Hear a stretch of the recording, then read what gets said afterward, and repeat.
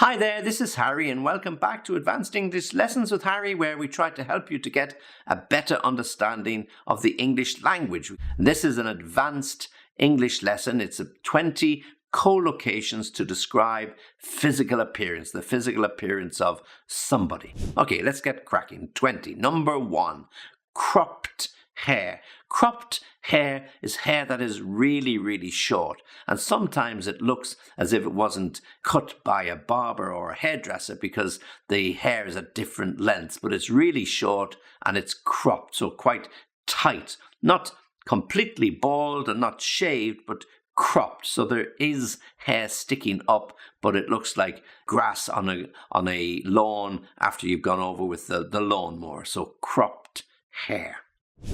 Number 2, disheveled hair. Disheveled means messy, all over the place. So if you've been running around playing football with your friends, you've been jumping, and then when you stop, you're a bit sweaty and the hair is everywhere. It's down across your eyes, hanging down over your shoulders. This is what we called disheveled. It looks, as my mother used to say, it looks as if you've been dragged through a hedge backwards.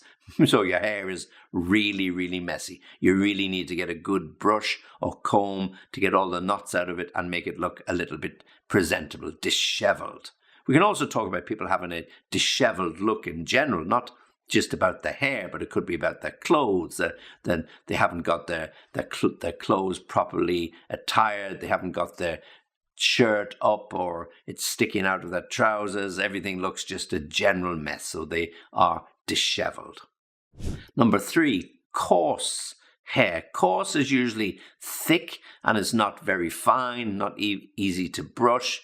Coarse hair could often be the hair of a dog, so they could be quite coarse and knotty. But if you're trying to describe a person with coarse hair, it's generally shortish or shoulder-length hair, but it's not easy to brush, no real style about it, and quite thick. So coarse hair. Number 4, we talk about receding hair or receding hairline, to be specific. And the receding hairline means that the hair is not coming down fully over their forehead, or they are showing the early signs of going bald. So it's usually to describe a man's physical appearance that he had a receding hairline. So it's easy to see the top of his hair. There's a parting on the hair on the left or the right, but he's not completely bald like me, but the hair is beginning to go backwards, so there are signs that he's beginning to age. So it might give an indication as to the age of the individual. So he's got a receding hairline. To recede means to go backwards, so when the hair is receding, it looks as if it's going back over the back of his head, to have receding hair or receding hairline. Number 5, when we refer to somebody as ginger-haired or a redhead, so a redhead and ginger hair are virtually the same. Lots of people in Ireland have red or ginger hair, so he's ginger-haired, very recognizable, very easy to spot, and easy to describe, ginger hair or redhead. Now, there is a difference between red hair and ginger, but in lots of situations, we use the same words to describe them. A ginger hair or a ginger-headed individual. So he's ginger-headed, mean his hair is a ginger color. Number 6, a sallow complexion. So when somebody has a sallow complexion, it usually means that the natural color, white, is beginning to go a little brown or yellow, usually as a sign of some sickness. So when your face loses its color and somebody describes you as having a sallow complexion, it usually means slightly yellow or lighter tan color as a sign of some sort of infection or illness, or sallow complexion, so not so healthy, sallow. And we often say sallow skinned, so it's not just the face. The complexion usually refers to the face, but sallow skinned, so if you're wearing a t-shirt, so the color on your face and your arms may be exactly the same, sallow complexion or sallow skinned. Number 7 is a fair complexion. So when somebody has a fair complexion, there's no relevance to how healthy they are. Fair complexion just means the hair is a lighter color. So, if somebody's hair is dark or somebody's is a mousy color or blonde, fair is somewhere in the middle, a fair complexion. So perhaps his skin is a little lighter than others, or the color of his hair is not black, but it's not blonde, it's somewhere in the middle. He has a fair complexion. Number 8 refers to face, a haggard face. Looks like a face that has been lived in for a long time. Haggard means looking old, probably lots of wrinkles, lots of creases on the forehead, on the cheeks, on the chin. So when somebody has a haggard face, it might mean that they look old before their time, typically because they're under a lot of stress. Yeah, some people age as a result of stress. They begin to look older than they actually are. So a haggard face means somebody who's suffering from some stress. Perhaps they're just excessively tired and they've got bags under their eyes or wrinkles on their face, and it might have to do with some lack of sleep. So a haggard face. A pointed face is all about the shape of the face. Pointed, not just a big point sitting on the top of your head, but from the shape of the chin or the not completely round face, we could describe it as a pointed face. It's just another way to try and describe somebody a little different than the average person, a pointed face. Somebody can also have a pudgy face. Now the next two, number 10 and number 11, we've got a pudgy face and a chubby face or chubby cheeks. These are two ways of describing somebody having a bit rounder face than normal, particularly kids where maybe they're a little heavier than they should be. Say, oh, he's a pretty child. We've got a real pudgy face or a real chubby cheeks. Yeah, so when somebody's got chubby cheeks, they certainly like eating their food, and maybe their face and their cheeks are nice rosy red. So they've got a chubby face because they like their food, or perhaps they're just a little bit of overweight. And as they grow up and they start running around, they will lose that chubby complexion. They will lose that chubbiness or that pudgy face that they have. So pudgy and chubby cheeks and face really mean the same thing.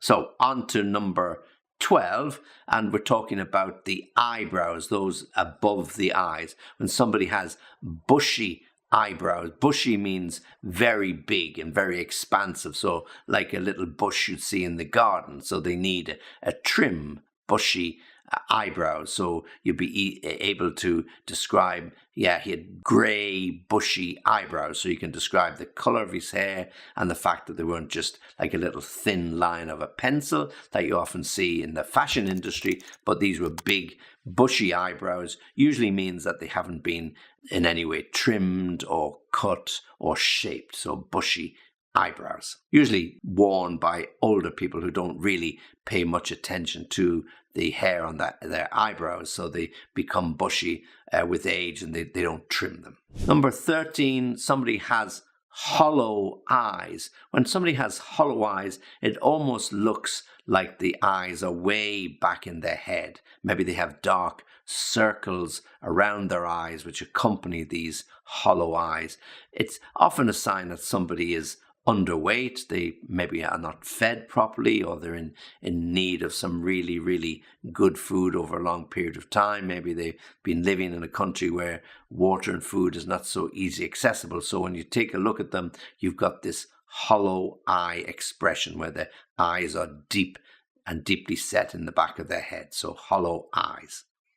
Number 14, sunken eyes, very similar. So hollow eyes and sunken eyes, again, very similar the way they look, and perhaps in need of a really, really good meal or two. And we also can have sunken cheeks on our face, which are, somebody really, really thin. You can see the outline of the cheekbones on either side, or a bit like that, so that you not in my face, I've got plenty of flesh on my face, but when they have sunken cheekbones or sunken cheeks, like that, so you can see all of the bones, and usually there's somebody who's really thin or has spent a lot of time on diets, or perhaps they're just naturally that way. Okay, so sunken eyes, or sunken cheekbones. And you know the drill by now. If you need some extra help, some additional uses of these collocations, then just write to me. As always, I'd be very, very happy to help you. Before we mentioned having a pointed face, okay, but you can also have a pointed nose, and this has been very descriptive as to how long the nose is. Perhaps it is determined by the nationality of the person. So some features like noses and chins are very specific to certain people from certain countries. But if you're trying to describe this person and you are asked were there any noticeable features on their face, we say, oh, well, he had a very pointed nose. Usually means long, thin nose. Yeah, a pointed nose. Number 16, rosebud mouth and lips. I had to check this one out because it's not something that I would use, but rosebud usually describes the color. And some people have naturally red lips. Others obviously use makeup, women in particular, where they would apply a lipstick to their lips to give them that glossy look and all sorts of wonderful colors. But rosebud, and rosebud is a red, like the roses that grow in your garden. Rosebud, mouth and lips, a certain shape and a certain color. Number 17 describes the physical appearance of the body, and we're using this expression, broad shoulders. So somebody who has broad shoulders is really big here. So they've got broad shoulders, and you can see when you look at them that they've either worked out well in the gym, or they're naturally fit, or they play some really good contact sports that requires a good frame, a big frame, and quite muscular. So yeah, if you're describing somebody about his height, yes, he was 1 meter 80 or 1 meter 82 with very broad shoulders. So a big guy. And when you looked at him, you could see that he was physically well formed, well shaped. So with broad shoulders. Number 18, we've got spindly legs. Okay, so if you have broad shoulders, you've got probably very strong legs to support a big frame. But if you've got spindly legs, it means really thin. I mean, not just skinny, but really, really thin. Spindly legs like a spider, or spindly legs like a bird. So something that wouldn't almost support your body when you're out walking. Wow, you can see how thin her legs are. They're real spindly legs, like pieces of string. Spindly, so means really, really thin. Number 19, big brawny arms. Big brawny arms means really strong, big biceps. Brawn means plenty of strength. Somebody perhaps who is working physically every day using their arms and their hands. Perhaps they are a builder in the construction industry. Perhaps they are a farm worker used to lifting heavy materials. So they get big muscles, big brawny arms. Okay, so it's a sign of strength. And you know the way people who have good muscles, they like to wear short, tight t-shirts so you can see those muscles, or the guns as they like to call them.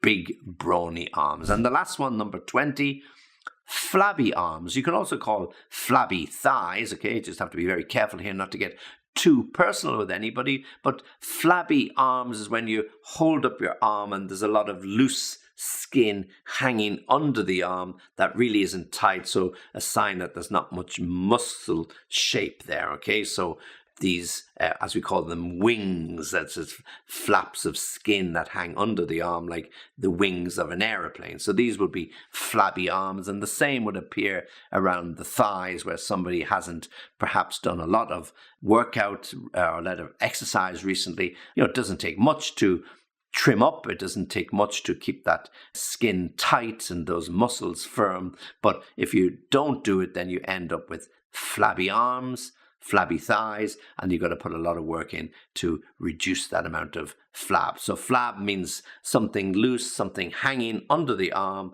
or at the top of the thighs. Okay, so these are flabby arms. Okay, so there are 20 particular collocations to describe somebody's physical appearance. And I said you could use these to create a picture for somebody, particularly if the policeman was asking you for a description of the person. Then you could describe the person as, oh, yeah, he was a big guy, about 180, very square, very big man. He had broad shoulders. He had short, cropped hair, a sallow complexion, a pointed nose, and he was really, really fit. Yeah, so you could describe the person that way. Or the opposite, you could say, well, very small, petite person, about 1 meter 60, 1 meter 65.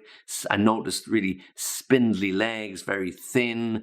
They had a sallow complexion and sunken eyes, and the hair was disheveled. Yeah? So there's a good description of how you would describe that person to a police officer. Okay, so it's all about collocations, putting words together that are helpful for you when you want to make some good descriptions. In relation to that, make sure you join us for the next lesson. This is Harry saying goodbye for now. Thanks for listening. Thanks for watching.